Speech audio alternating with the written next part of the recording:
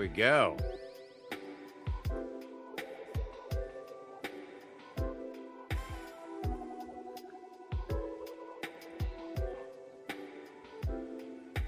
All right. Welcome back to the Villain Report. I am your host, Russell Wayne, a.k.a. the 313 Villain, the UDFA of sports, Detroit Sports Talk. But today we got a loaded episode.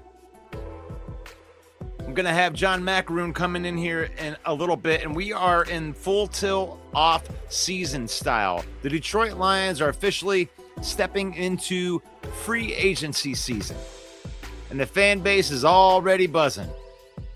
So we're going to break down some of these contract restructures and what they mean, the salary cap, and why the moves might not be as scary as we might be thinking. So we're talking about the release of Taylor Decker and what that means to the offensive line moving forward. We're going to talk about the David Montgomery trade. And the big question everybody's asking is, what does that mean for Jahmyr Gibbs and the future of the Detroit Lions backfield?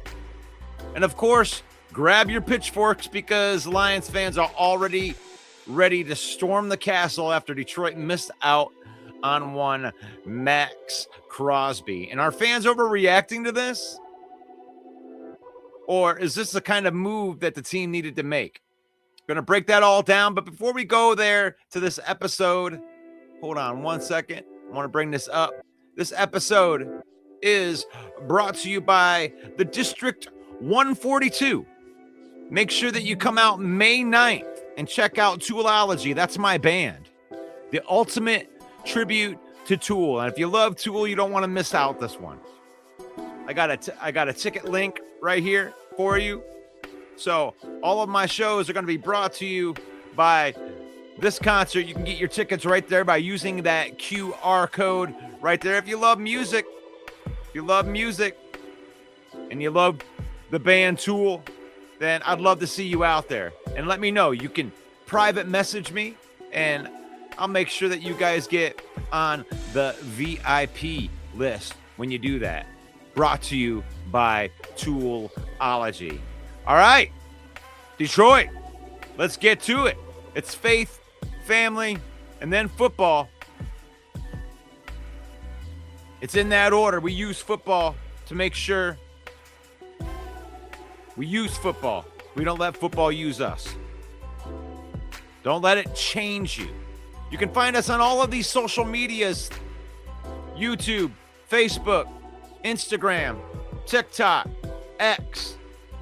And, you know, I've had some unfortunate things that have happened. I am not able to stream to my Facebook page right now because of some BS that the Facebook has been throwing towards us a little bit. So if you're trying to go there, I will be posting some clips from this show over to that. So let's get this thing going here. So I don't know where you want to start, but you know, first of all, we've had a couple things that have happened during the off season, you know, like the signing of one Drew Petzing as the offensive coordinator. So that changes things a little bit. What's up, Detroit fan man? What's up, everybody?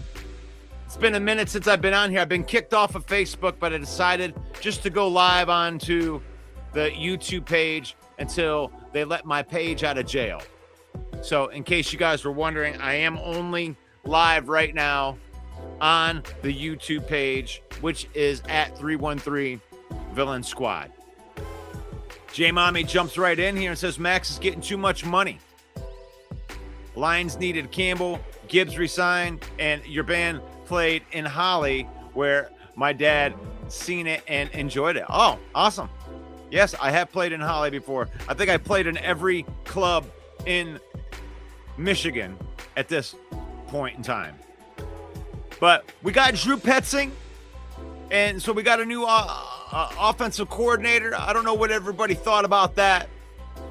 I'd love to know what your thoughts are on Drew Petzing. Donkey Kong 43 says that Kirby's career is over. And that would suck because they just signed him to a big contract. I don't know what they can do about that. But I know that if he doesn't play, that there's got to be something in that contract that protects the Lions in that. But we're going to start with the offense. Lions traded David Montgomery to the Houston Texans for a 4th-round pick this year, a 7th-round pick next year, and an offensive lineman. Juice. The juice is loose. And I don't know what you guys think about that trade, but I know that we didn't think that we were going to get that much from David Montgomery. I heard the going rate out there. I kept on hearing 5th-round pick. So Brad was able to work his magic a little bit on that. And the bottom line was you're not going to spend $9 million on a backup running back. And as good as David Montgomery is, he's going to be a backup here. There's nothing that's going to change that because they drafted Jahmyr Gibbs, and he might be the best running back in the NFL. It is what it is. What are you going to do about it? So they had to get some kind of value. We needed to get underneath the cap, and a couple of moves have made that all happen. So what did you think of that move? Let me know in the comments, just like Donkey Kong 43 did right here. Trading D-Mont was a great move. Glad it finally got done. That's an A grade for Brad. I'm proud of him. And I'm wondering where everybody is. Faith, family, then football. Hello, everyone. David, I'm glad that you guys found the YouTube page on here. If you didn't hear, I got kicked off of the Facebook Lives. I'm not allowed to do Facebook Lives, I guess. I can still post picture content and trying to get back into the thick of things. I was in concert season and my bands have done pretty well. So it's been a minute since I've been on here, but there hasn't been a lot going on. You know, a lot of speculation going on. So, questions, comments, concern. When I'm thinking about David Montgomery, I liked the move. I love David Montgomery. So don't get me wrong. It was like a bittersweet deal for the villain. The villain loved David Montgomery. I love Knuckles. But it was time to move on. I mean, he wanted to go and be a feature back somewhere. He wanted someplace that he could go where he could be the man. And he was never going to be the man here. Going to be 29 years old, heading on the back 9 of his career, and the Lions are trying to win a championship. Now, whether you believe they're going in the right direction for that, you know, that remains to be seen.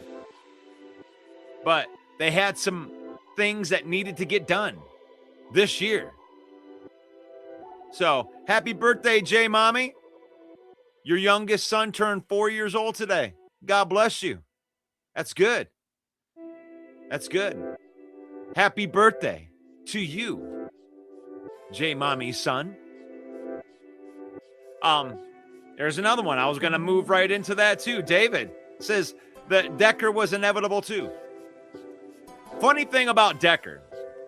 Here's a funny thing about Decker is I put up posts all the time on the Facebook page. And last week when Decker decided to stick around, all these comments come through that say, oh, Decker costs too much money. Oh, Decker's, that's too much. That's too much. The line should release. Brad Holmes is dumb because he didn't release Taylor Decker. It's too much money for a left tackle. We need to go. We need that cat money. And then Decker asks to be released, and we oblige. And now I'm listening to a bunch of people say, oh no, what are we going to do? Decker is gone. Gosh, he was Trent Williams.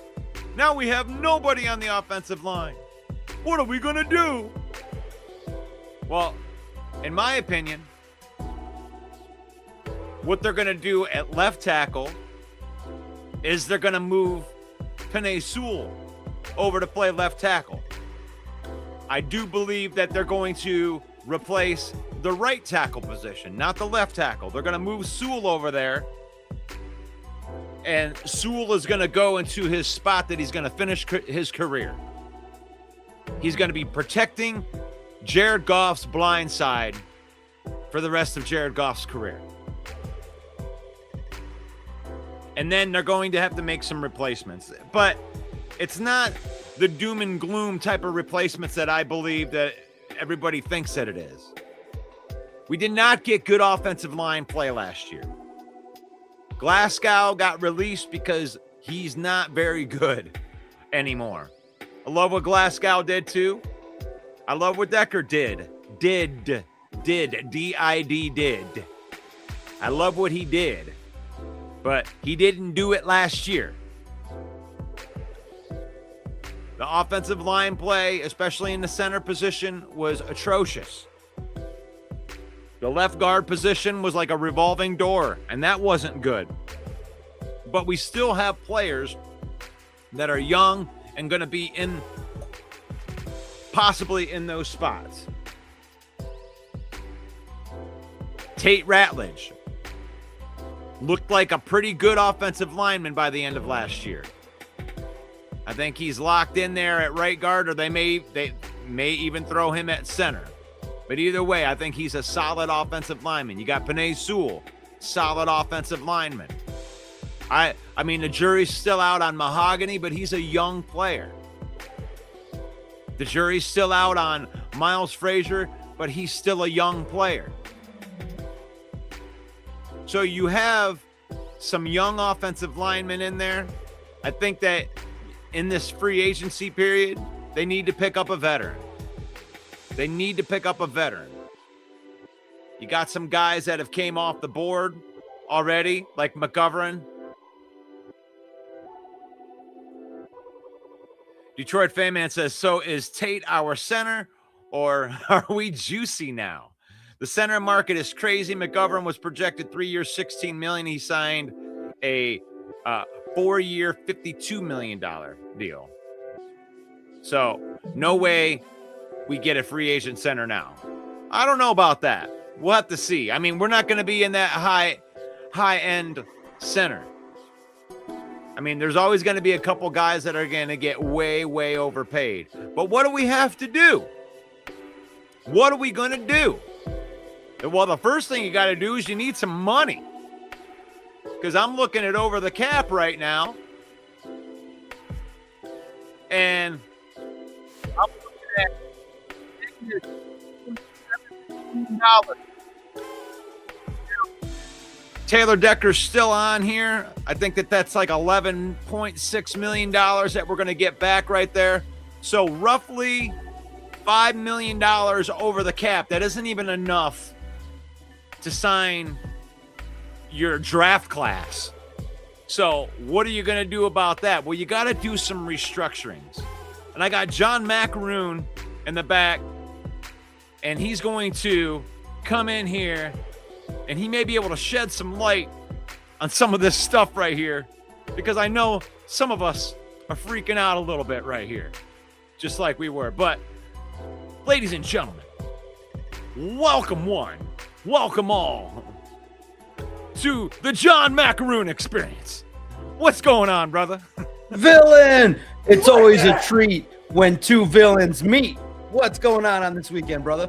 Oh, it's been a crazy week. I was telling everybody else, I don't know if you heard, but my Facebook won't let me go live. So this is just a YouTube experience for me. And I have not nearly as many followers as you on YouTube or anything, but we got a couple people in here listening, and I will be posting this content out onto the Facebook page as videos later. But no, they put me in Facebook jail. I've been there for about 60 days right now, and I'm supposed to get out supposedly on March the 26th, and then I'll be able to do some more lives. But I can't not talk about this free agency, and it's going to happen in 3 days, and the villain hasn't even given any of his opinions yet, and that's why we're here.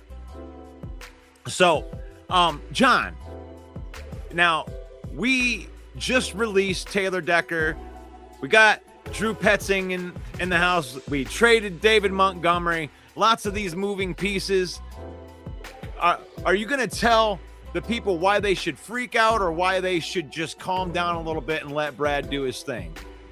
No, let's go minute by minute. First of all, does Brad Holmes know that free agency started? I mean, everybody, we're all looking and seeing the Packers add another defender. You're seeing the center that we want, Connor McGovern, off the board.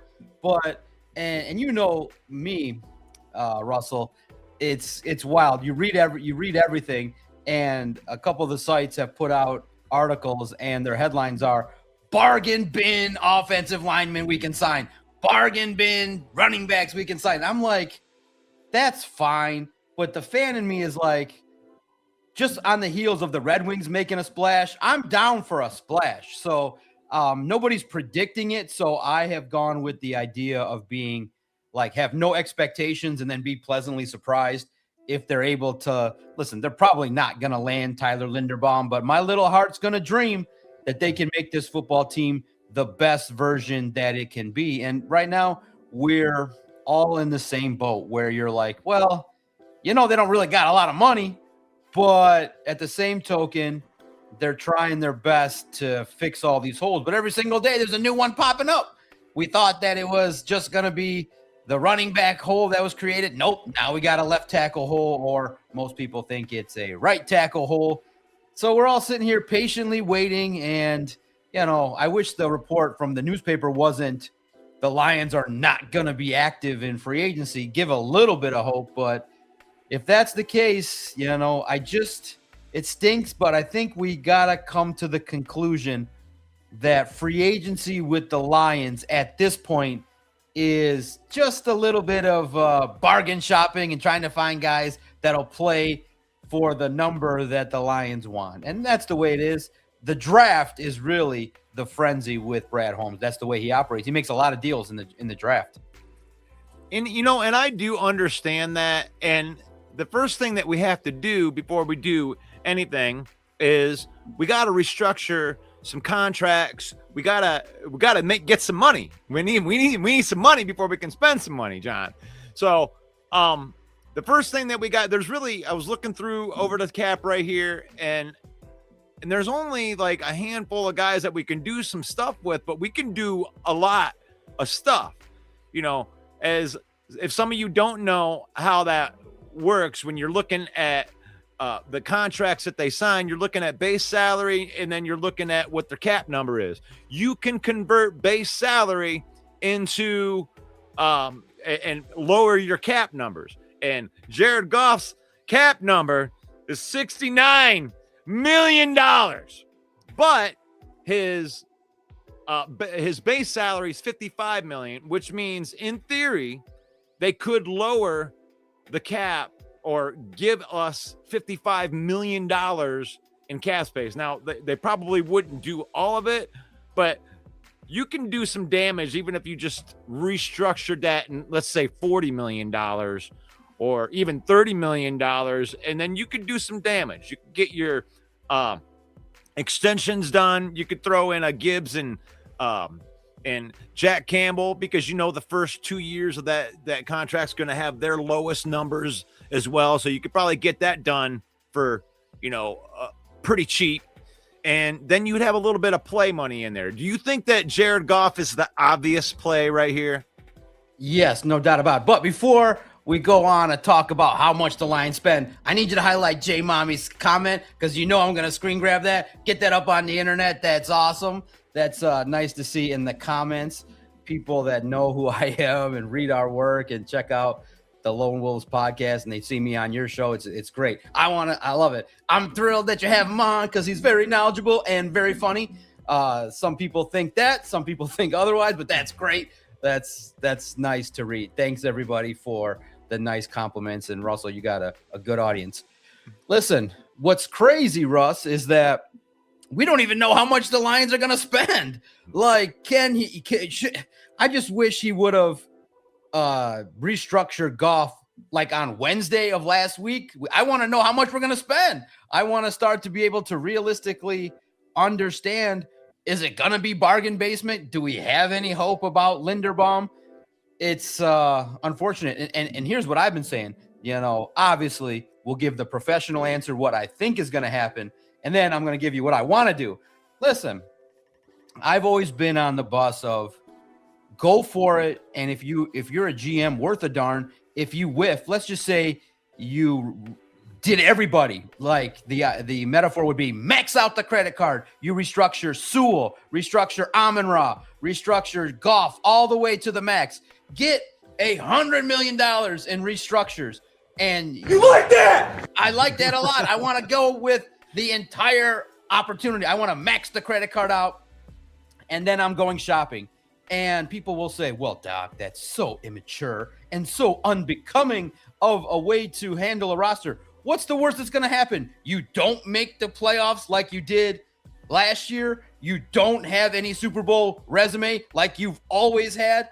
I'm of the opinion that you take the swing, and I understand the other side where people will say, Doc, there's so many holes. Well, plug the damn holes. Damn it. Plug those holes with some good football players. And if you strike out in 26, I'm willing to sacrifice 27 and 28 because this general manager should figure out how to draft and recuperate and get off the mat if you fall flat on your face. I mean, this fan base has been waiting for a long time. And after 2023, the aggression level just doesn't seem to be matching what the fans want and what I want. And I look at it and I say, man, you came from Les Snead. He's out there. They have a need at cornerback. They get an all-pro. They trade capital. And I feel like the first couple years, the drafts were pretty good. The last couple years, they weren't as good. So to me, if I were to tell you, Russell, that potentially you could have traded Tyleik Williams and Terrion Arnold and you could have got Maxx Crosby, you're telling me that those two first rounders in the 20s, you guys are clamoring for and are gripping and are going, no, it's such a disaster. We can't have a defensive end making $30 million.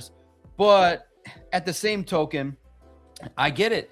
Their philosophy is we do an extensive search, an extensive research on our draft picks. We know everything about them. They know how many times they cheated on a test back in elementary school. They know how many times they went to McDonald's when they were a kid, and then they draft them, and then they love them, and then they never let them go, and then they pay them a crap ton of money. That's fine. That gets you to be relevant. But I feel like the next step to go from being good, which is great. Thank you, Brad Holmes, for doing that. But the next step would be, how do you get us to a Super Bowl? How do you get us over the hump? And I feel like you need even more good players. And I just feel like, okay, I'm happy with the draft by and large over the 5 years. I am not happy with free agency overall, and I am not happy with the trades. So 2/3 of the roster building plan, the Doc ain't happy with. And I think the fan base is starting to realize, wait a minute, Doc is not some crotchety old man here. He's starting to make sense that, wait a minute, Brad Holmes got us to be relevant, but how do you get us to be a champion? And I feel like to be a champion, you got to use every single tool in the toolbox, and it has to work. And this free agency strategy, to me, has just left me befuddled, bored, and disappointed year after year. And I'm just hoping that if I continue to lower the bar of my expectations, he'll just pop up on Monday and be like, hello, here's Tyler Linderbaum. And we can all shut up about his passivity.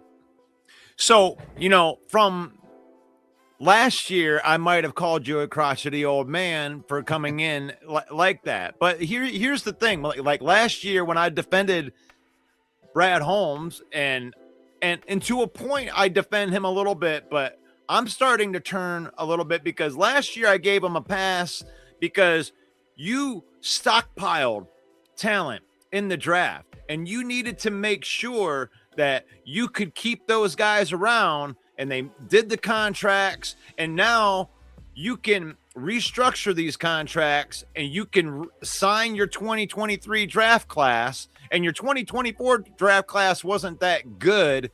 So really, if you knock out this 2023 draft class, then you don't have that excuse anymore to not go and grab some of these guys in free agent. Like you said, you can take Amon-Ra St. Brown. His cap number is $33 million. Well, he can get 27 of it. And the only reason why you wouldn't want to do this is if you didn't think that player was good enough to be here. It's like, it's not going to screw you down the road to restructure these contracts unless the player sucks and you don't want him here. And in 5 years, I don't want Amon-Ra. I don't want Penei. So what? No, you can take those guys. You can kick that can down the road because those guys are still going to be good players in 5 years. Now, the jury may be out whether Goff will be good in 5 years or not, but that is where the most of the money is.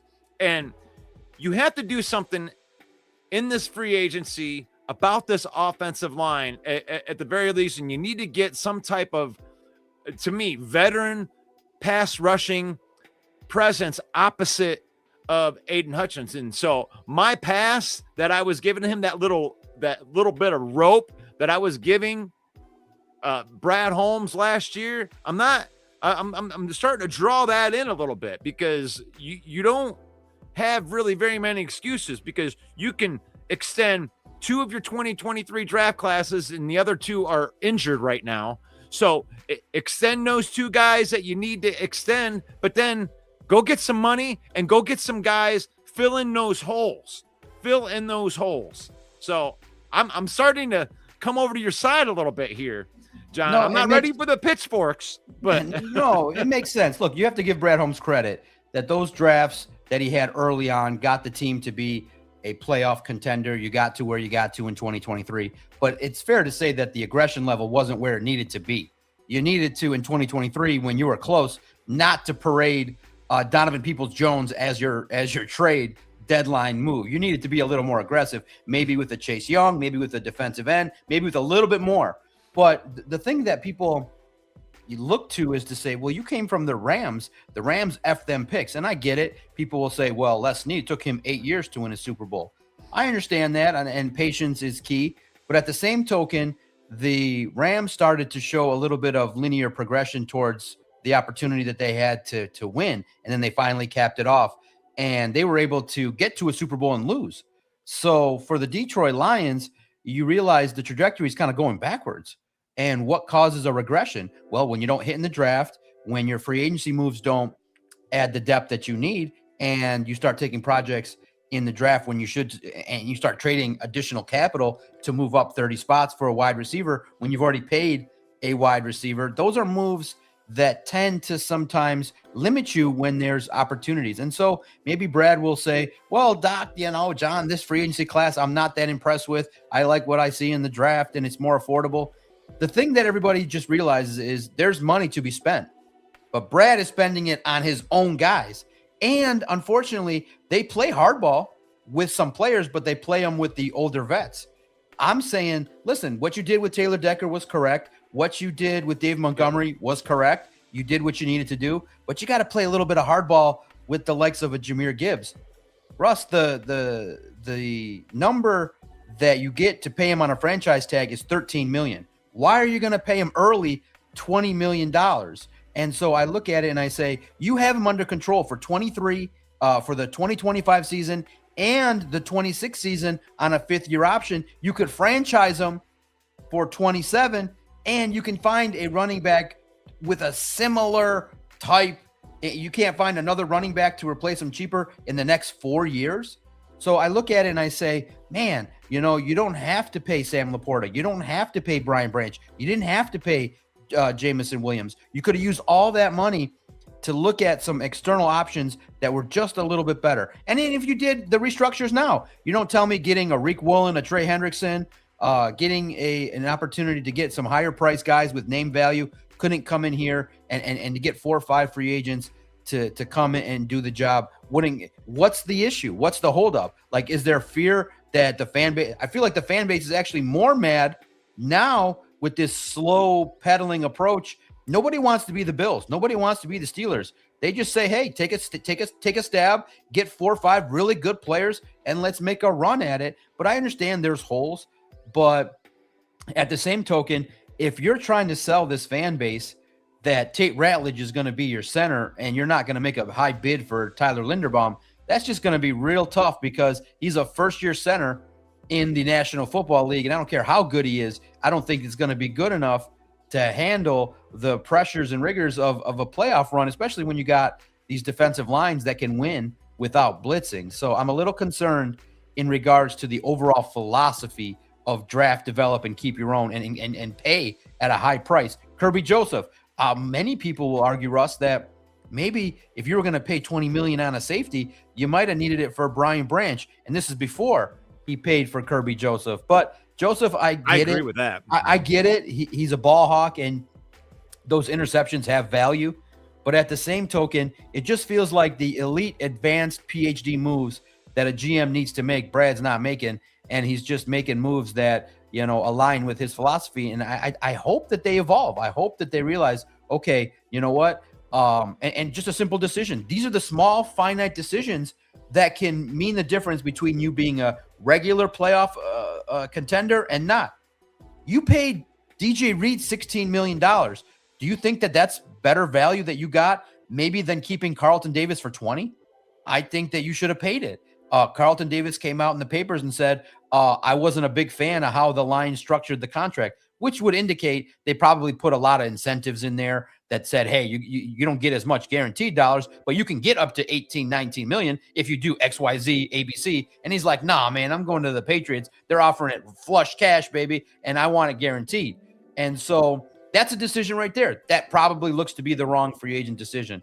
And you realize that last year's free agency wasn't the best to get them where they needed to go. And you can't, listen, it's great, but you can't field a team full of Roy Lopez's. You're going to need a couple more studs to get over the hump. And guess what? And okay, I get the slow prodding approach, but guess what? The rest of the league is like, nah, they're throttling it in gear. The Rams are already making moves. The Packers made a move last year for Micah Parsons. They caught up to you. The Bears are sniffing around different things. So the Lions approach indicates to me a little bit of an overconfidence in their own guy. They have good players, but there is an idea that potentially guys outside the organization might have a chance to be able to come in here and have success. And Russ, you make sure, stay on your phone, okay? Stay by your phone. If the Detroit Lions sign Cam Jordan at 36 and call that a splash, call me up because I'm going to be like this. Oh, I'm going to be dead to the ground. I'll be like, Cam Jordan is not the answer. You could just sign El-Quadin Muhammad. But this fan base is so desperate. They're like, yeah, Cam Jordan. I'm like, guys, there's a 3 and a 6 next to his age. Like, that's not going to float my boat. And that's not what I'm looking for. Go out and get. I'm one of those, John. No, you can't. I mean, he's 36 years old. You can probably get. I don't want to sign him to a 5-year deal or anything like that. But like, if you're talking about Jordan, I don't care if he played with Dan Campbell. I don't care if he's coached by Dan Campbell. I don't care about their tie. He's old. That's not what you're looking for. He's old, Russ.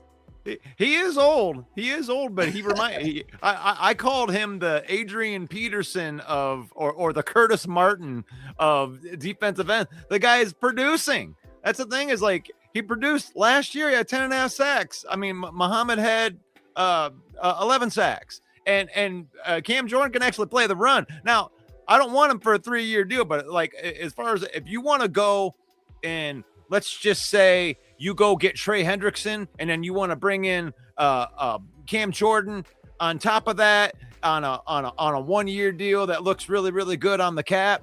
I don't mind that. But if Cam Jordan, I'm with you on the part where if Cam Jordan is the only move and you're like, this is it, this is all you get, I'll probably be more on your side. But in the defense of, I'm going to defend Brad Holmes a little bit here because free agency doesn't technically open up until Monday. And everybody's talking like he hasn't done anything. Well, he hasn't. Nobody's really done anything other than sign their own guys and trade for guys. So you can't do anything right now. Technically, you're not even supposed to be talking to anybody. So I can't hold him at that spot yet. Now, if he does what he's done, then yeah, we're going to have a different conversation come next Wednesday when I go live again, and we'll have a different conversation. But for right now, I will give Brad the benefit of the doubt because I don't think that he's not done things just because that's just not my style. I'm never going to go big in free agency. I think that there's been a plan to keep the good guys that they've had for the most part. And I can kind of agree with you on the Jahmyr Gibbs thing. I mean, Jack Campbell's probably the best long-term play at this point in time. And then you're at a position now where you can make a move in free agency. Go out and get it done, Brad. I want you to prove all of these people wrong so I can come on here next Wednesday, Brad. If you're listening to me, I'm sure that he's got me on his his top list of podcasts to listen to. But Brad, if you're listening to me right now, let me come on here next Wednesday. Let me come on here next Wednesday and talk about I was right. I knew that he was going to go do something. I knew he was going to restructure Goff and Aleem and Sewell and free up $80 million and go get one of the top centers and go get one of the top guards and Trey Hendrickson. I want to be on here next week talking about that. Please, for the love of God, let's do that. You like that? Yes, right. When I started reporting back in 2019 for On Sports Illustrated, my goatee was jet black. Now covering the Lions, there's some whites in there. We're all struggling with the disappointments, and last year was tough. I mean, you missed the playoffs. That was supposed to be a year you grew, but unfortunately, too many, changes with the offensive line, the new offensive coordinator that didn't work. So it's hard to sell that draft and develop simply as a championship strategy when your seasons following 2023 have resulted in less playoff success. 2023 NFC Championship game, 24 first-round exit, and last year you don't make the postseason. And now, Russ, you're seeing it that the Rams have declared their intention to win one for Stafford, and you got the Bears who are ascending, and they're going to look to repair their defense and figure stuff out. So it doesn't get easier. You don't just get to wave your magic wand, hire Drew Petzing, and everything just works out. There's a lot of hungry teams out there that are trying, and you always got Howie Roseman, who's in the mix for a lot of these deals. How? But he's proof that the cap is fake. Right, but let's look on the positive side. I do think that the core on offense will be able to compete in a lot of games. You're in a fourth-place schedule, and so the blessing is now we're talking and we're yelling and screaming about a team that if they make the right moves, we all believe can make the Super Bowl. That's the most hope. I think the reason why the fan base is acting this way is because we can sniff the Super Bowl, and that's the best way. We're close. We're on the precipice, but we know that if you don't make the right moves, another team might. And right now, you could argue right now the Rams might be better right now, better suited with the quarterback, better suited with their run game, nice tight end. They have one of the game's comparable great wide receivers in Puka Nacua. You also got to adapt and evolve and look at what your opponents are doing. The Bears offense looks to be legit. And so to me, I do think that, your defensive line is going to need a little bit of work because you are going to potentially lose DJ Reader and Alex Anzalone. Now, some will say, well, we can replace them, but they still were veteran presences. And now you lost David Montgomery and Taylor Decker. So you got to make sure that you restock that talent in this draft with the right fit and not to give up too much capital, because we don't want Brad Holmes to fall in love with a lineman and trade up from 17 to 13 to get a lineman when we all think that, hey, we need to trade down and get another third-round pick. So we shall see how it shakes out. But the Lions are close. I think they'll make the playoffs. I think they'll be fine. But I just think that what everybody's seeing is, man, we're not sensing yet that the aggression that's needed to get to a Super Bowl is exactly on the table, especially with the affordability. It's not that easy to do, but that's the problem when you have good players and you pay them all. Eventually, you're going to have to face some cap questions. But, I think maybe the Lions are thinking, and I heard it on the radio. It got me all nervous.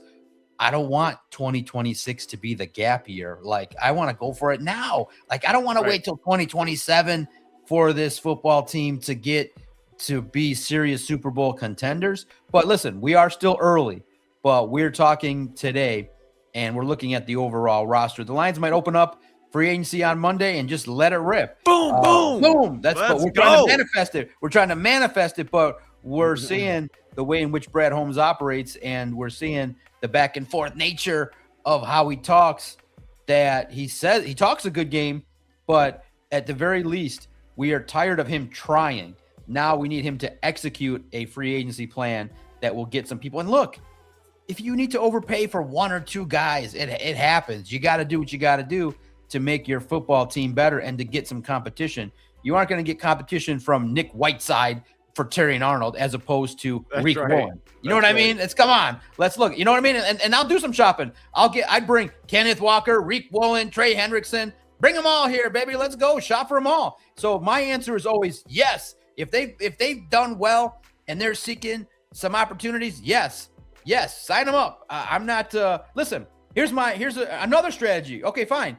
You want to go differently? Fine. Go out and pay for Tyler Algier from Atlanta. Good backup running back. Many people believe he's a starter. Pay him. Jalen Phillips. Give him 1 year, $15 million. Do it. Do what you got to do. Find out opportunities that you got to have. Hey, if you got to bring him in and you pay a Cam Jordan 1 year, $6 million, do what you got to do.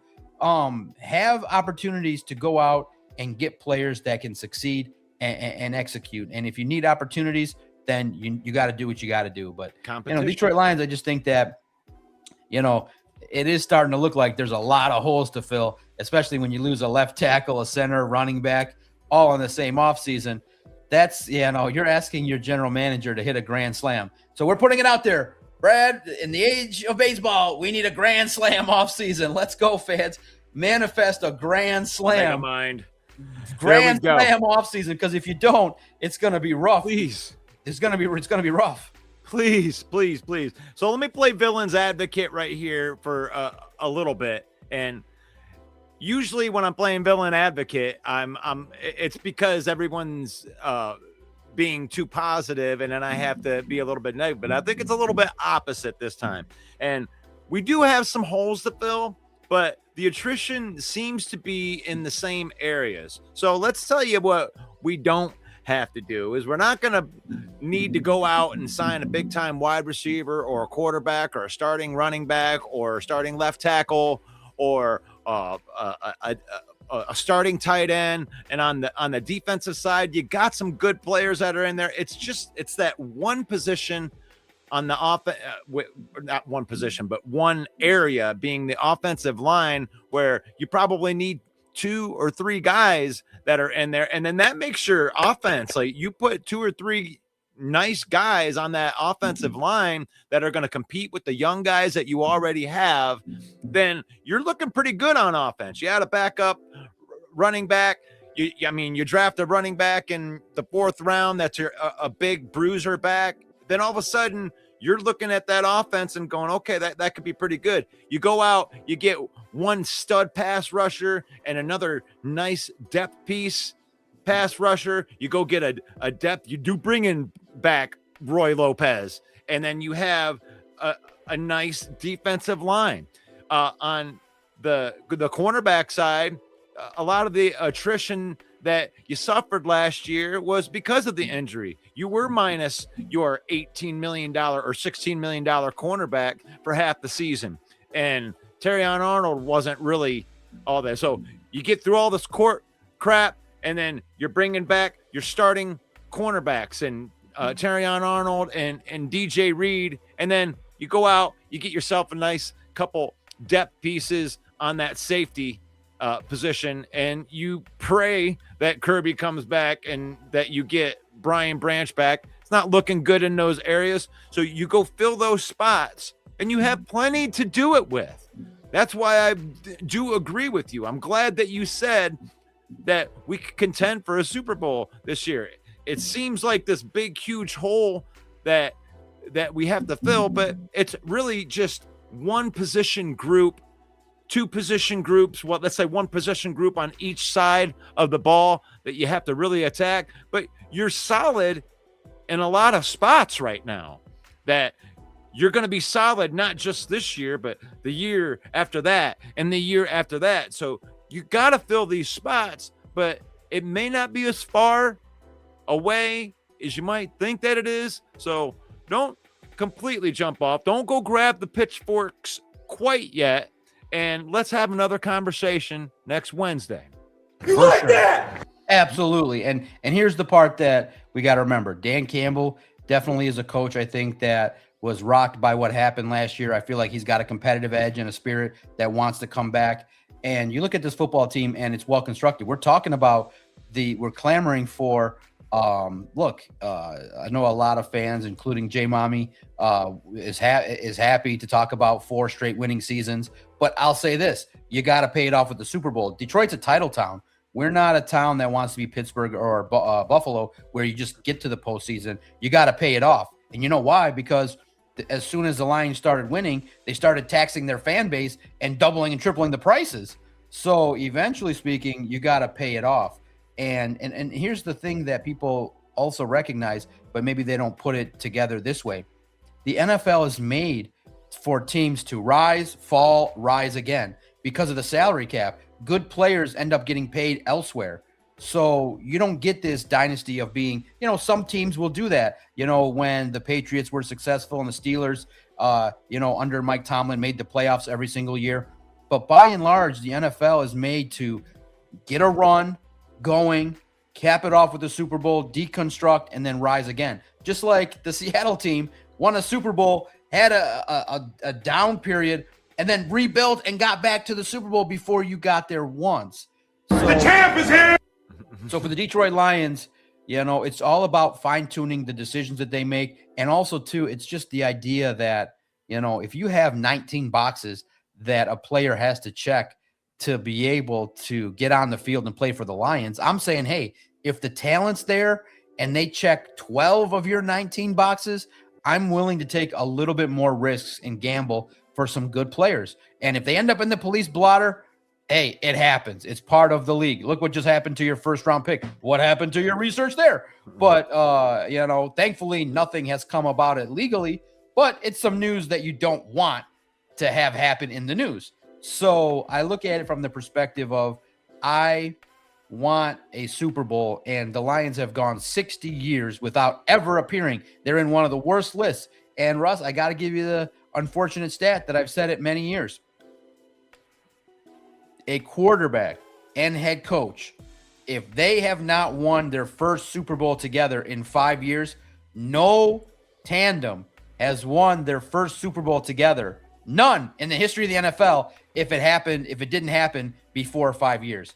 So unfortunately, if the Lions win with Dan Campbell and Jared Goff, it would be all-time historic, because they would be the first-time duo to do it after 5 years. It's made to happen quickly, and you can look it up. It's tried and true. It's the 5-year rule, and Dan Campbell's on the clock too, because no NFL head coach has won a Super Bowl with a team after having coached them for 7 years or more. So he's in year 6. So if it doesn't happen, history kind of dictates that you got to make some changes, new voices, new ideas, a new quarterback, new head coach, and get after it, because there's been precedent that if you make that change, success could happen pretty quickly, even as fast as 1 or 2 years. That's how the NFL works when you have the opportunities to add talent and be aggressive. And that's where I think it's just a philosophical difference. The Lions are holding back their willingness to ramp up the aggressiveness, maybe not to the degree that you and I are talking,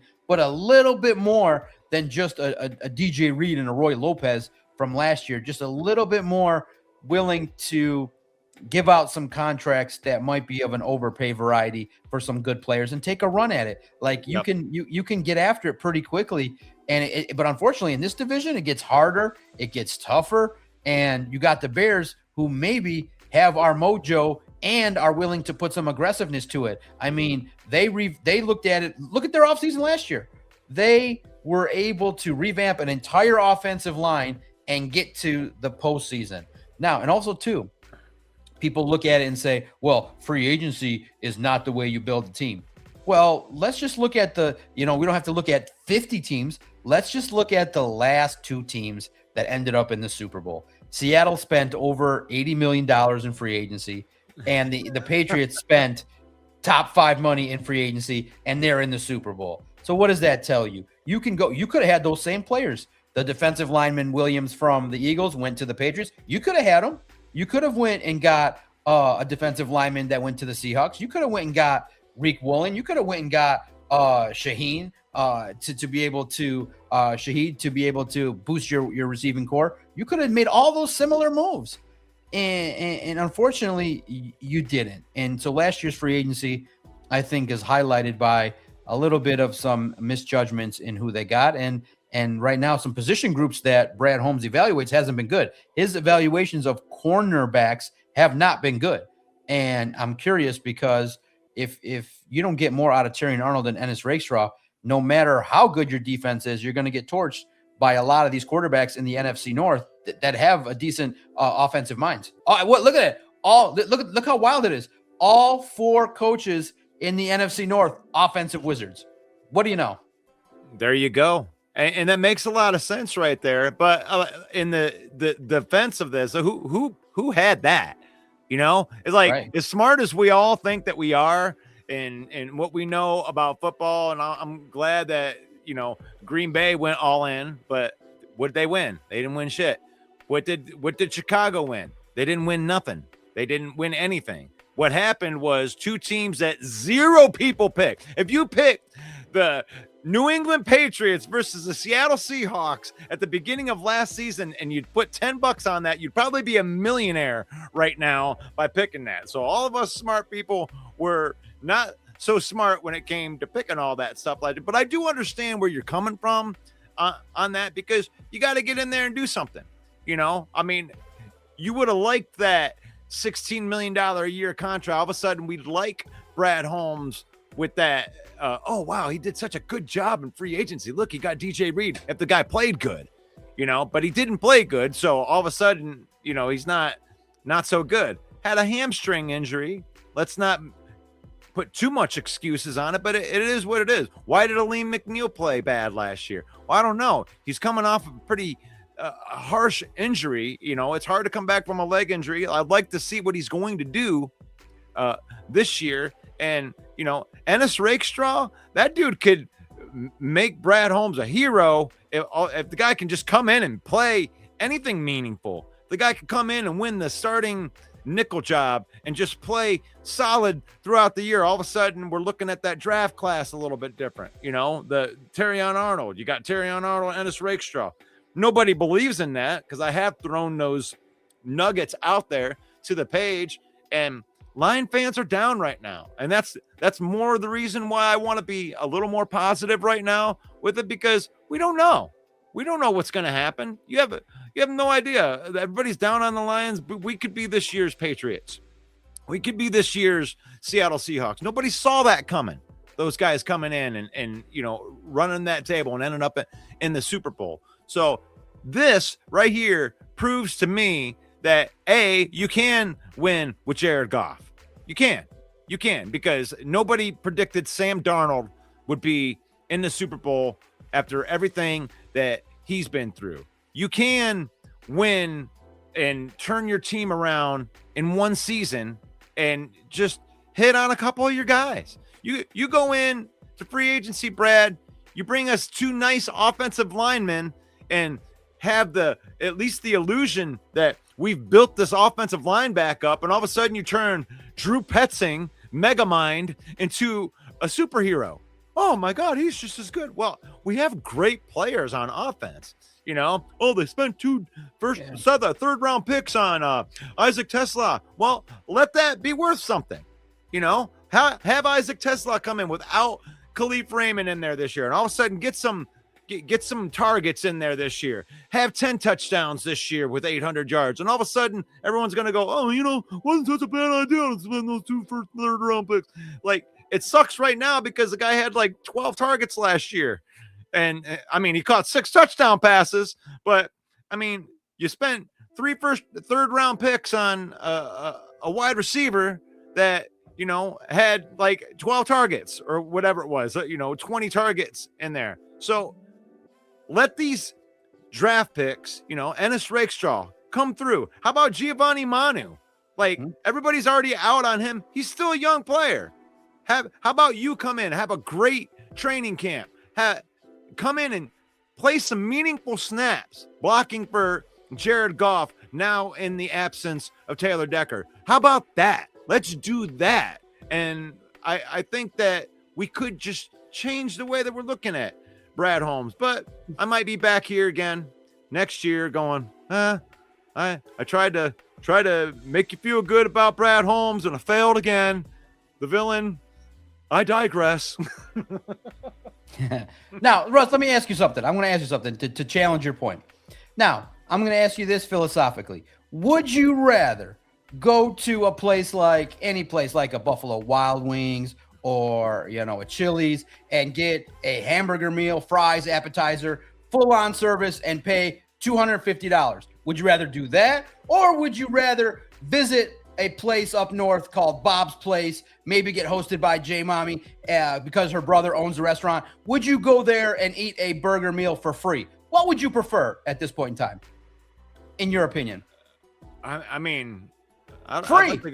I'd like to go hang out with J Mommy. Exactly. So to your point, the Seahawks were able to pay Sam Darnold $35 million. Jared Goff cost $50 million. And so you are getting better play from Jared Goff, but you can go lesser and pay less. So I view it differently. I view it that the proper way, that if you ask me today, okay, John, you're going to start a team, I'm getting a rookie quarterback and on a very cheap deal. And I'm spending, and hopefully I'm in the position where my general manager, if I'm a head coach or the team, has $100 million in salary cap space, and we're going to pick out 10 players that are going to be coming in here and handling business. It is very hard to win when you're paying a quarterback $50 million and he's at best a top 7 quarterback. You can win with Sam Darnold, but Sam Darnold is a $35 million quarterback whose last year's cap hit was around $20 million. So that's a little bit more frustrating to me, is that you're overpaying for what you're getting for Jared Goff. You got to build a whole – listen, you can win with Jared Goff. You can win games, but you're only going to need a great left tackle, left guard, center, right guard, right tackle, great interior defensive line, great defensive ends, a Will, Mike, Sam linebacker, a great head coach, 2 good safeties.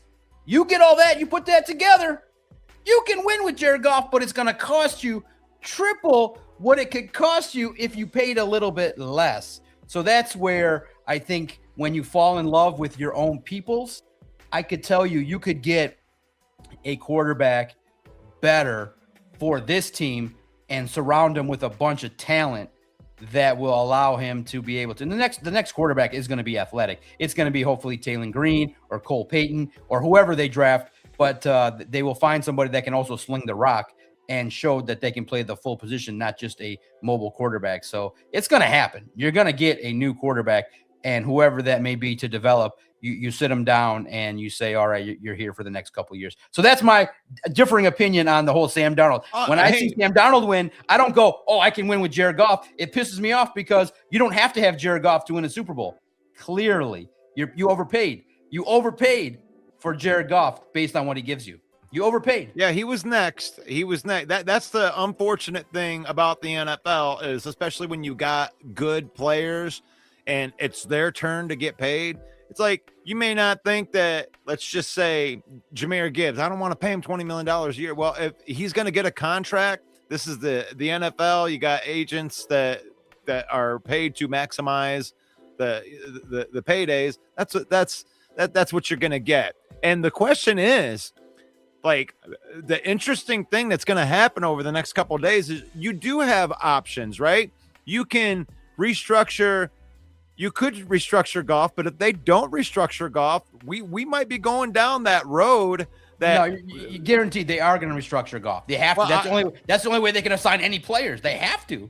Well, you could go the other way. What if you just decide to maximize your restructures for Amon-Ra St. Brown, Penei Sewell, and Aleem McNeil? You kick those cans down the road, you can get $60 million in that way, and they don't restructure Goff, or they restructure Goff in a minor way. That would be amazing if they were able to go around it, because Jared Goff, when you restructure, you guarantee he's going to be here for the next couple of years. Keep that open mind. Maybe we are all looking at it differently. Maybe they don't. Maybe they say, maybe they're starting to question, can we win with Goff? That would be evolving a little bit if they don't restructure Goff and they restructure the others. Ooh, that would be very telling. Very telling. That would be telling, right? Yeah, I mean, and I wouldn't. To me, I love Jared Goff. I think that he's a good quarterback, and I think that there are a lot of people. I think that you believe that too. But like, you want. I understand where you're coming from. It's like, yeah, I like having a guy that can slip into the top 10 as a player, right? But we also know what it's like to have people at other positions that are, arguably the best players at their position. You look at Jahmyr Gibbs and you're going to pay him all that money. That makes a little bit more sense to give him a top end contract, because he might be the best running back in the NFL.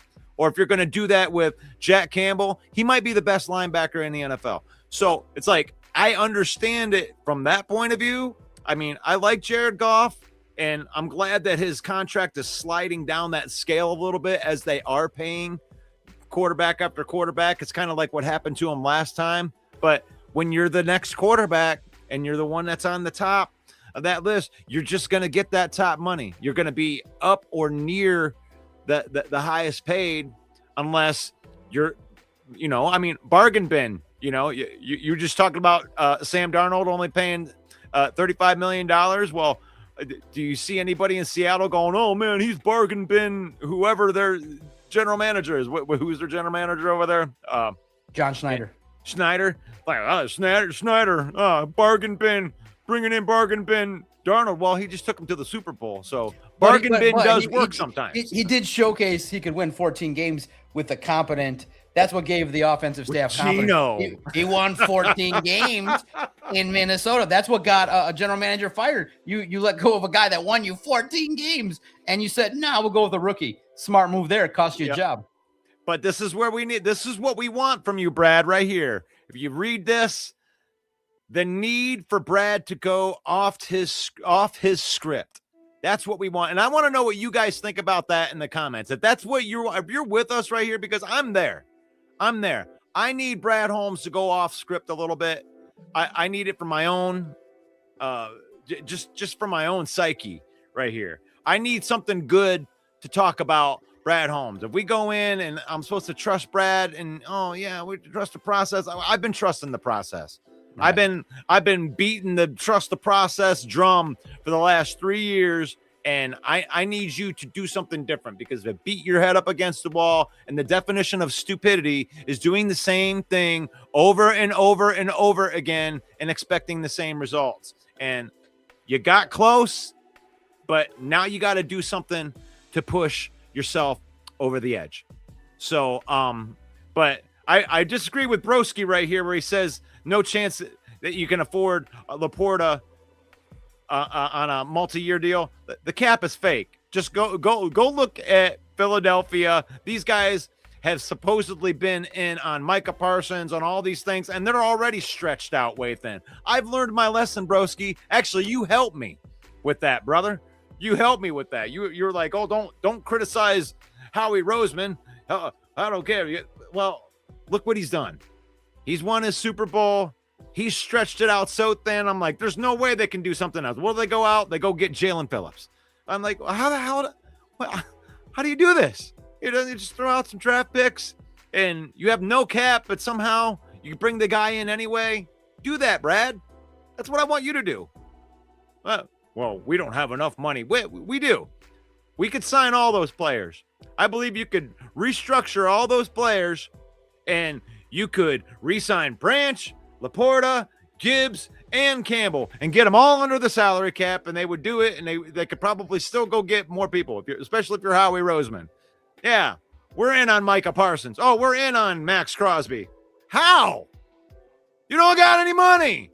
You have nowhere to get any money, and somehow you get the money. Brad, I need you to be that. That's right. Go off script, brother.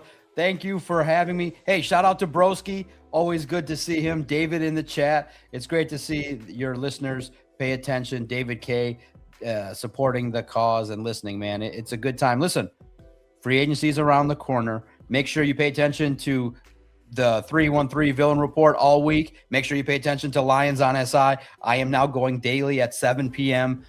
You can come in there, hang out in the chat, talk Detroit Lions, around 45 minutes to an hour. I've been doing it for a couple months, hopping in the YouTube community. It's been nice. The YouTube community has been very welcoming and very friendly. You have good hot debates, discussions about Maxx Crosby, discussions about all things Detroit Lions. It's a fun show. It's entertaining. And like your listeners understand, it's fun and it's lighthearted, but it's also really the pulse of the Lions fans, which is, hey, win games, do what you got to do to push it to the metal, be a little bit more aggressive. So I think at the very least, you and I defined aggressive, which is go off script a little bit, spend a little bit, maybe tone down your requirements to get these people onto your roster and get the best players that you can get to help this team get back to the postseason, keep winning the division, and keep having a chance to compete against the Rams. Because unfortunately, here it's straightforward. The Rams are declaring their intention. The Eagles are always hanging around. You always got to pay attention to the 49ers. Yep. And now the Bears and Packers are nipping at your heels.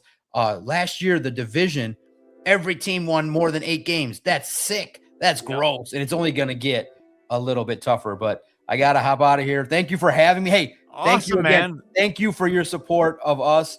I see the work that you are doing on Facebook. Get yourself out of Facebook jail as soon as possible so we can go live there too. And when free agency, the dust settles, because I know people are going to pay attention to the first 3 days.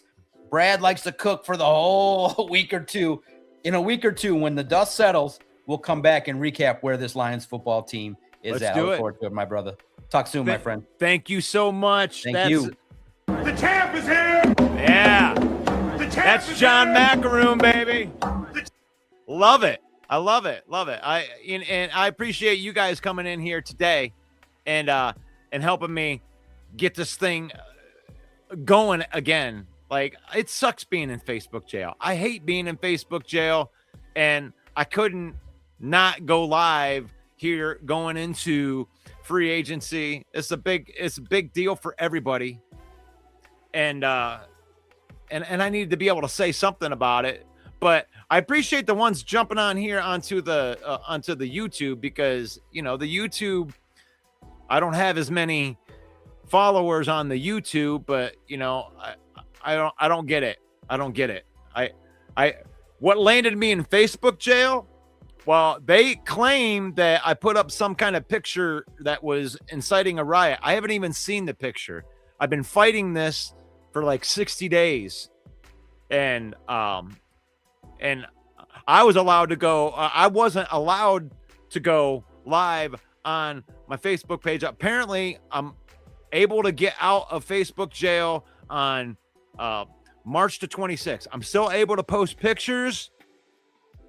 I'm still able to, comment and stuff like that, but they won't let me go live. They won't let me change the name of my group.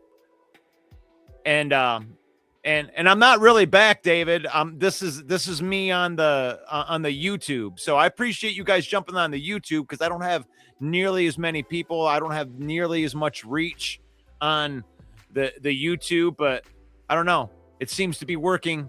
So you guys can hear me and everything like that. And I don't want to be not able to talk about the free agency. So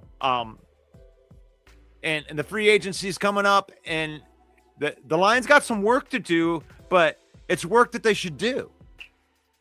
When I'm looking at these contracts that they can restructure, and thank you to John again. That's John Macroon on SI. I do share his articles almost exclusively on there. I know we go a lot of different spots, but, you know, after the Lions made a couple moves and, you know, they released Taylor Decker, and I hated seeing Taylor Decker go. I hated seeing David Montgomery go. But their contracts, you know, when you get to the end of contracts, they become more expensive, and you just can't spend that type of money on a backup running back. And, you know, if these guys aren't going to be willing to, you know, work with you to try to help you win that Super Bowl, to help you bring in other people, then you got to do what you got to do.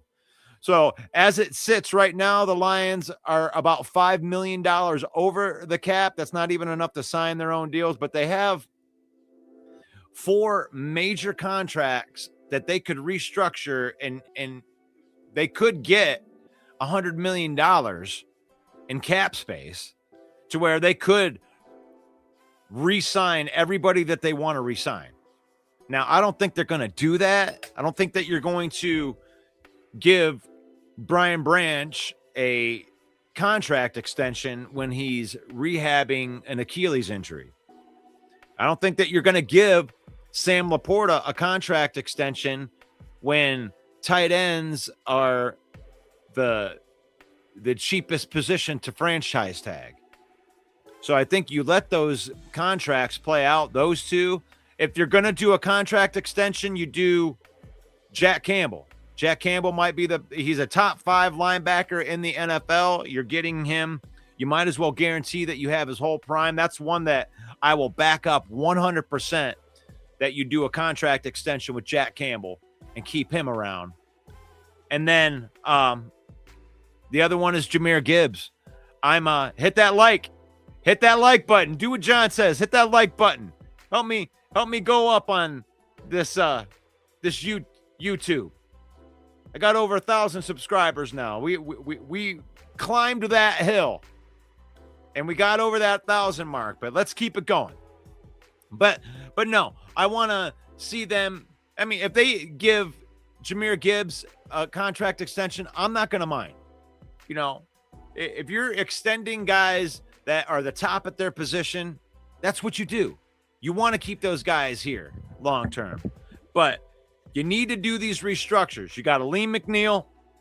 You got Amon-Ra St. Brown. You got Penei Sewell. There's no reason that you wouldn't do that. You know, you got Penei Sewell. His cap number is $28 million. His base salary is $19 million. Now, you could get $19 million from Penei Sewell. So you should do that, because Penei Sewell is somebody that's going to be around. He's a top 5 player at his position. Those are the type of guys that you can kick the can down the road, because once that can gets all the way down the road, then you don't mind having that player there. You know, you got Jared Goff with a $69 million cap hit right now. He's got $55 million base salary. You can restructure that deal and get yourself $55 million from Jared Goff. You got Amon-Ra St. Brown. He's got a $33 million cap hit. He's got a $27 million base salary, which means you can kick that can down the road and save yourself $27 million this year. Money is not an issue for the Lions. They can get things done. And the void year that they have, that they would be kicking that can down to, has nothing in it. It's almost like Brad Holmes did this on purpose to have the opportunity in 2026 to go all in.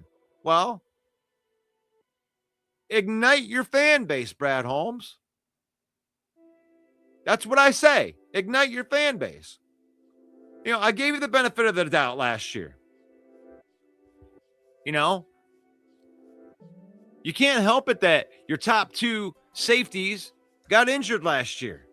You've had injury attrition for the last 2 years in a row. For the love of God, do something different. Do something different. Practice differently. Because when you get injured 2 years in a row, it becomes, well, what did you do? What did you do wrong? How are you practicing?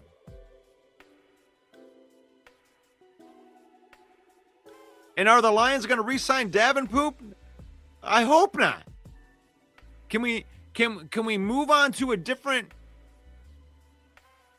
a different question? I understand giving guys a chance to try to come back from injury. You know, you took Emmanuel Mosley. You tried that for 2 years. You tried Davenport for 2 years. You know, you gave them their shot, man. Nobody can say that you didn't give them their shot. You know, I was one of the people that said I liked the talent. You know, Davenport was supposed to be one of those guys that, you know, if only he was healthy. Well, he wasn't healthy. You can't kick that can down the road. I don't want to see Davenport on this team.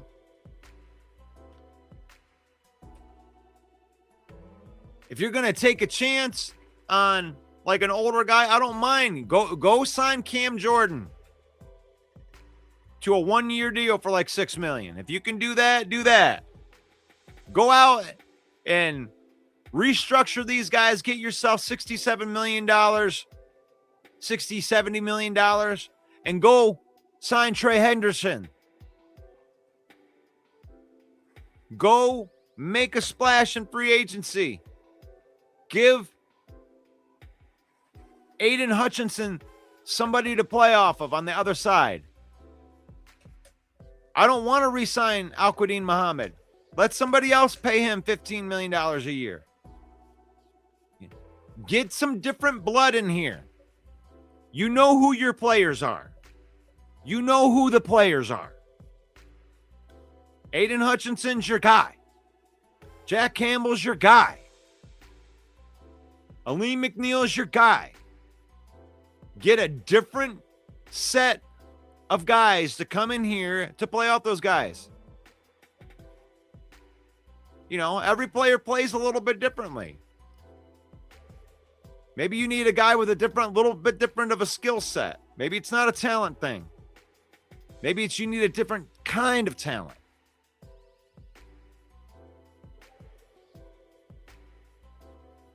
David agrees with me. Take Cam Jordan over drop dead Davenport all day long. I just don't want to see the same faces again.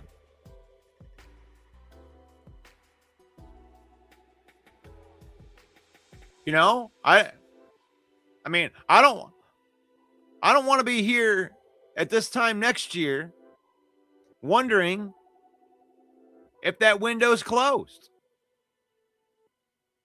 You know, were all the naysayers wrong or were they all right? You know, the Packer trolls, the Bear trolls, and the Viking trolls have been coming in here. Your window's done. You're done. You had it. I don't believe that. But if you go another year, and God forbid you miss the playoffs again, I mean, we're going to get back to that comfortable spot. That PTSOL's creeping in a little bit. You know? I don't like saying that, but, you know, that post-traumatic same old Lions. We've been through it.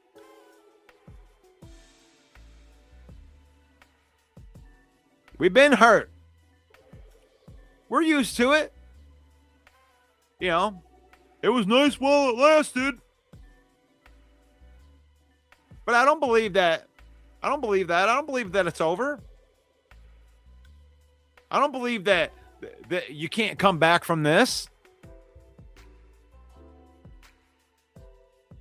Oh, you got so many holes to fill. Nah, I don't think that you have as many holes to fill. You just have holes to fill in the same position group. You're down a couple offensive linemen. You need to go out and get real offensive linemen to compete with your young guys. I think they should go in the free agency and they should grab 2 veteran quality offensive linemen that have starter experience in this league, a center and a guard that can play both guard positions, that can compete with Mahogany, Ratledge, and Frazier. And Juice Scruggs. Can't go into the season with the, I like the young guys that we have, but you need competition. That's one of the things that Brad Holmes, it's one of the things that Dan Campbell said. We need competition. Competition breeds excellence. You got a good offensive line coach.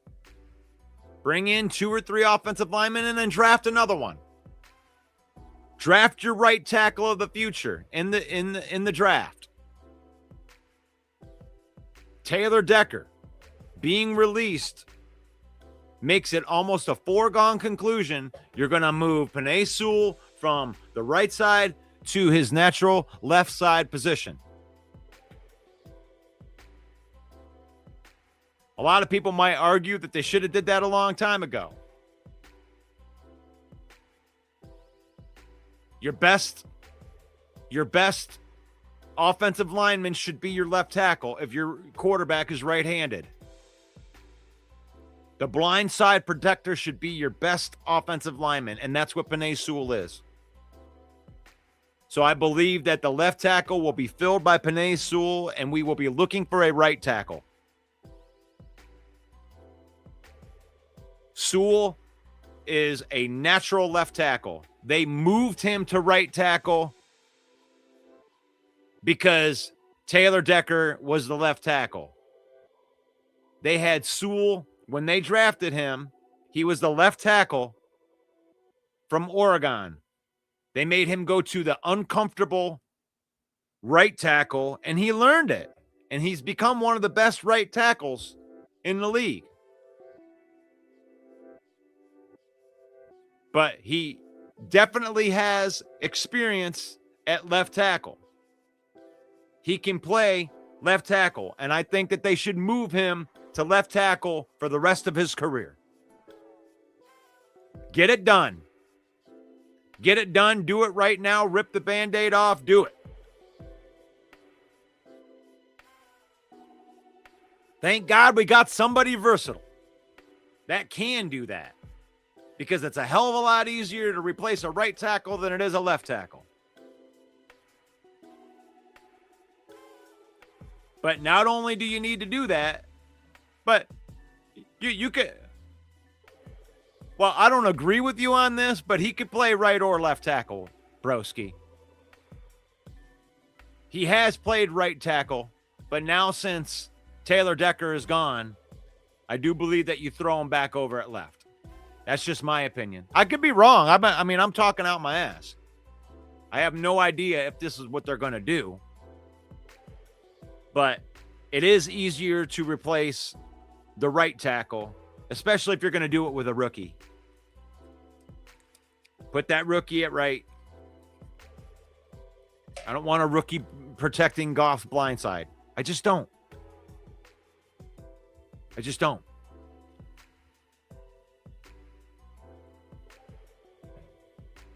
But, it is what it is.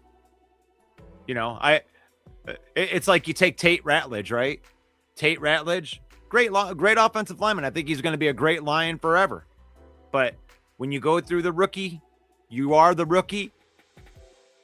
The rookie's going to go through rookie stuff.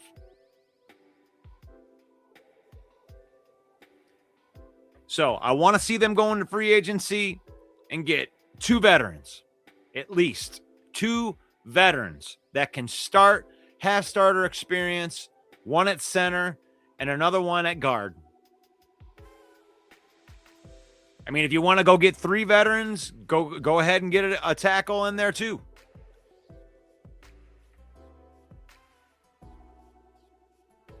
Three or 4 offensive linemen by the time the draft is over. But I want at least 2 veterans on the offensive line with starter experience. Now, as far as replacing David Montgomery, I love that trade. As far as I love the trade for what they got for the trade, they got great value out of the trade. I hated losing David Montgomery. I love David Montgomery. Sonic and Knuckles, man. Come on. Sonic and Knuckles have given us the best memories that we've had as Lions fans since I've been a Lions fan. You know, and I watched Barry Sanders play. Barry Sanders gave me some good memories, some fantastic runs, but I don't remember feeling like we were going to ever win a Super Bowl. You know, having a great running back doesn't just give you the confidence that you're going to win a Super Bowl. Had that 1 year, was feeling pretty good about winning a Super Bowl with Barry Sanders. But other than that, the team just wasn't good enough. Didn't have a good enough team. Didn't have a good enough quarterback.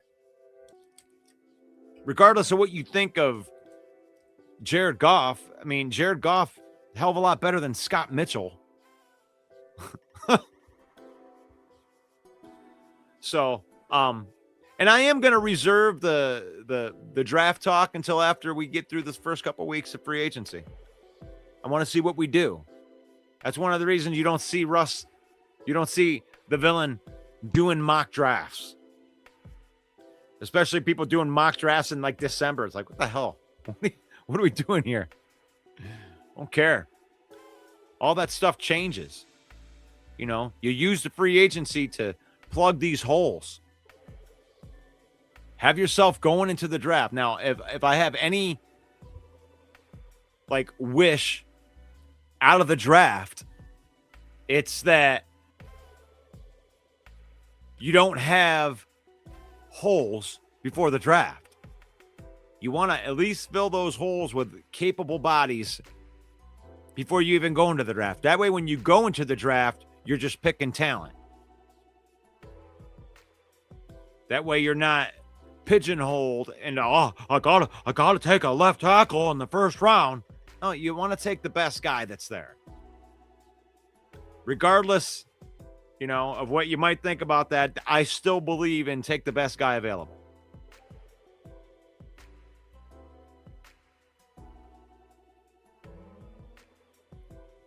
So here's what I would say about this. Does Linderbaum cost too much? Not the first year.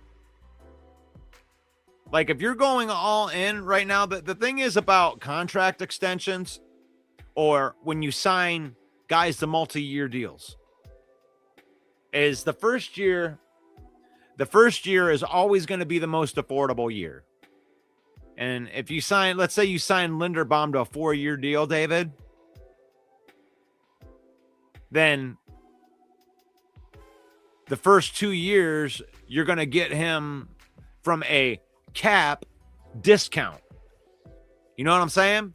And then you're dealing with the repercussions after that. So if you go out and get Linderbaum, I mean, you could say it's going to cost too much or it isn't going to cost too much. You were spending a lot of money on your offensive line. Our offensive line money has dropped drastically. We're most likely going to have 3 out of the 5 offensive linemen that are on our team are going to be on rookie contracts for the next 3 years, which is fine because you're moving around where you were spending a lot of money. We were getting a discount on Aiden Hutchinson for a few years. Now we're not getting a discount on Aiden Hutchinson anymore. So now you got to look to save your money elsewhere. We were saving money on Jahmyr Gibbs. Now we got to save our money elsewhere. We had the most expensive offensive line in the league 2 years ago. Now you're moving the money around. So now you're not. You're going to have one of the most inexpensive offensive lines in the league, but you're going to have to pay, you know, your running back or wherever they're going to spend their money. I do agree with John Macaron when it comes with Jahmyr Gibbs. I love the idea of having Sonic in here, but you don't have to pay him right now. You don't. You got all of this year. You pick up his 5th-year option. Then you're going to have him all this year and next year. And then in 2027, you can franchise tag him. I mean, there's no hurry on paying Jahmyr Gibbs right now.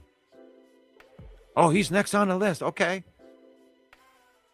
If they want to do that and they want to do it in the same way that they did Aiden Hutchinson, because what they've been doing is they've been signing their guys, but they make them finish out that 5th-year option and then their contracts start.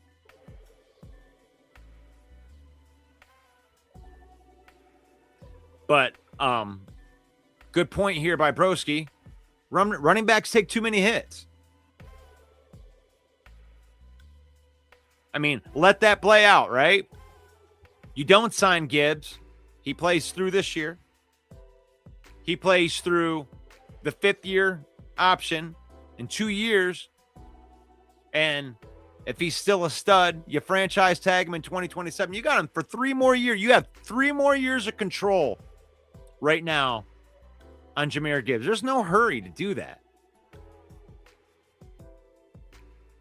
That's why I would say that Jack Campbell he's the guy. I want Jack Campbell here. The face of our defense. Right there with Aiden Hutchinson. Jack Campbell and Aiden Hutchinson. Line his contract right up with Aiden Hutchinson's. That's my number one priority. Who's your number one priority? Who would you say? Is it Jack Campbell? Jahmyr Gibbs? Sam Laporta? Brian Branch? I'd be surprised if anybody said Brian Branch. You don't want to give a bag to somebody that's on an Achilles injury. I mean, it seems like something that Brad might do because he loves injured people. He loves giving that shot. But maybe that's the reason that they drafted Gibbs in the 1st round. You got that extra year control, and maybe they have no intention on giving him that long deal. The only reason I would say that it's okay to do that deal is because he's such a weapon. You use him in the run game. You use him in the pass game. He's not just your regular running back. He's got so many different things that he can do. And if you extend him, you add 3 years on the deal. I mean, don't give him like a 5-year deal or something. Extend him to his 29 years old, you know. Have him here for his entire prime. And that's what you want to do. That's what they did with David Montgomery. That's the only reason they traded David Montgomery. They had him in his prime. They had him all his prime years. He might have a good year in Houston. I'm not saying that he won't. But running backs at, 26, 27, 28, 29. Unless your name's Curtis Martin or Adrian Peterson, you start declining. They say that each one of those hits is like a car crash. So as far as the extensions go, if it were me, I'm extending Jack Campbell and everybody else can wait. That's me. Who do you think? Who do you think should be the extended guys if you're going to extend them? Last year I agreed with Brad Holmes not going crazy in free agency because I knew that Hutchinson needed to be signed. I knew that you had guys that were on the list that needed to be signed from 2022. You want to be able to keep your own guys, but that's not the case anymore.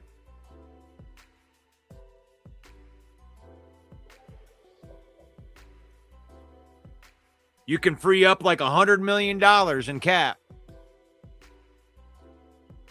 You know, add a couple extra years on Amon-Ra's. Add a couple extra years on Penei Sewell's. Kick that can down the road. Free up some money. Make it affordable over the next couple years for those guys. Free up the money for this year. Get that Campbell extension done and go grab some free agents, man. You can get more than one free agent. Spend some money. Spend some money on some proven offensive linemen. Bring back Roy Lopez. Bring back Rock Yassin. Bring back Maddox as depth pieces. Like I said, you go out and you get yourself a couple offensive linemen that have starter, you know, a center and a guard that can play both interior spots. You know, you go get a right tackle that's depth. All of a sudden, you're looking at that offense and you're going, okay, we got some playmakers. We're 3 deep on that wide receiver room.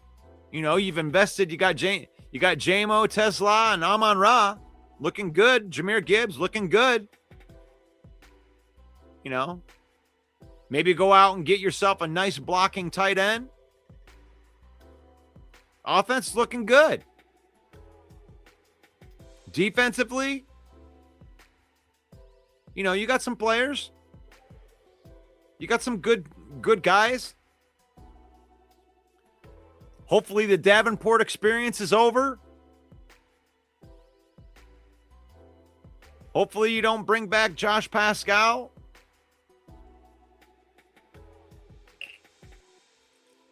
If I'm going to keep any of the injured guys, it's going to be Levi Onwuzurike.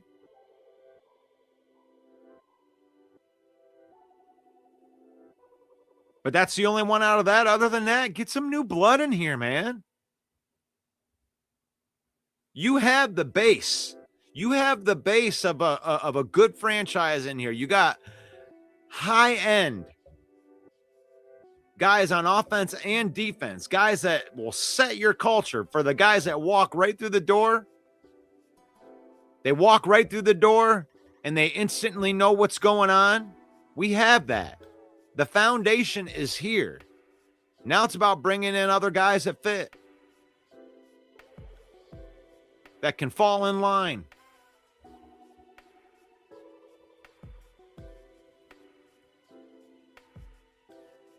Get some help. Get some help for Aiden Hutchinson.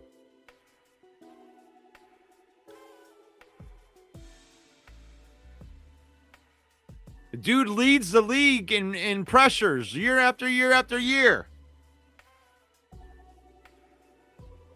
You need a presence on the other side that can be out there for 3 downs. That's why I don't want to see Al-Quadin Muhammad re-signed. Don't re-sign him. He's a sack specialist. I want a guy that we can depend on to be there on run downs and a guy that can stay out there on 3rd downs. Get Aiden Hutchinson some help that you can depend on. Spend the money, 1 or even 2 guys. A dream scenario. Go out and get me Trey Hendrickson and Cam Jordan. Please. Go out and get some safety depth. I mean, healthy, these are 2 of the best safeties in the league, but the thing is they're not healthy. Kirby Joseph might be done for his career. Is he ever going to come back?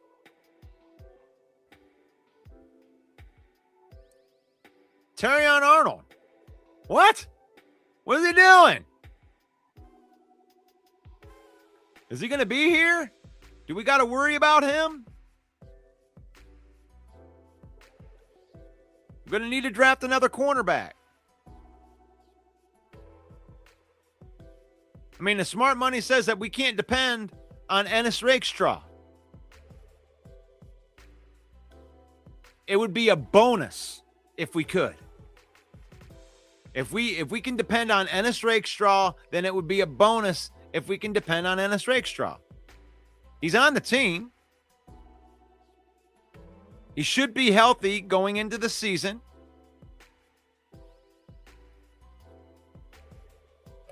Two years in a row, he looked like he was going to win that nickel corner slot, that slot corner job, and then he got injured. But we need a little bit of cornerback. But DJ Reed and Terrion Arnold, as of right now, I mean, let's see what that looks like with going in healthy. Maybe you don't practice as hard as you did last year. Let's try to get these guys healthy going into the season.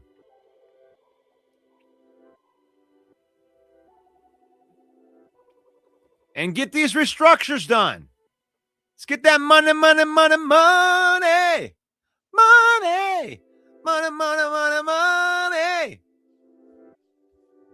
Go get some of that money.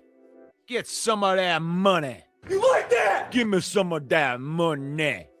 That money. I want some of that money. This is the Lion Villain Report. My name is Russell Wayne. You can join me. I'm going to be on here at least once a week, regardless whether it's on just YouTube. Hopefully they get me out of Facebook jail. That way I can have some more time to talk to you guys. But like, comment, and subscribe. Would love you to do that. Let's get you. Subscribe. Share. Do all that stuff. This episode is brought to you by, my band, Toolology.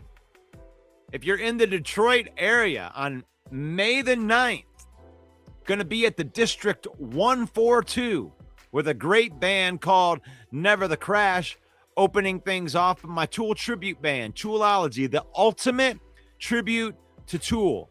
Tickets are $18 in advance. You can use that QR code and get yourself a ticket to the show. And if you private message me, I will put you on the VIP list and I will make sure that you're taken care of when you come in there, because anybody that watches this show, had a couple people come out to the Machine Shop show in January, and I'll take care of you. And it'll be a lot of fun to do that. Ooh, yeah, the Macho Man Randy Savage is here. Gonna be the 313 Villain Squad here. The UDFA of Sports Podcasting, yeah. The 313 Villain, yeah, dig it. Yeah. Gonna come from the top rope. Gonna get some free agents to help the Lions get over the hump. Yeah, dig it from the top rope. Yeah. Macho Man. It's faith, family, and then football. We use football. Spend time with our family. Create some memories. Don't let football use you. My name is Russell Wayne. And this has been the Lion Villain Report. God bless you guys. I will see you in the next video. Go Lions!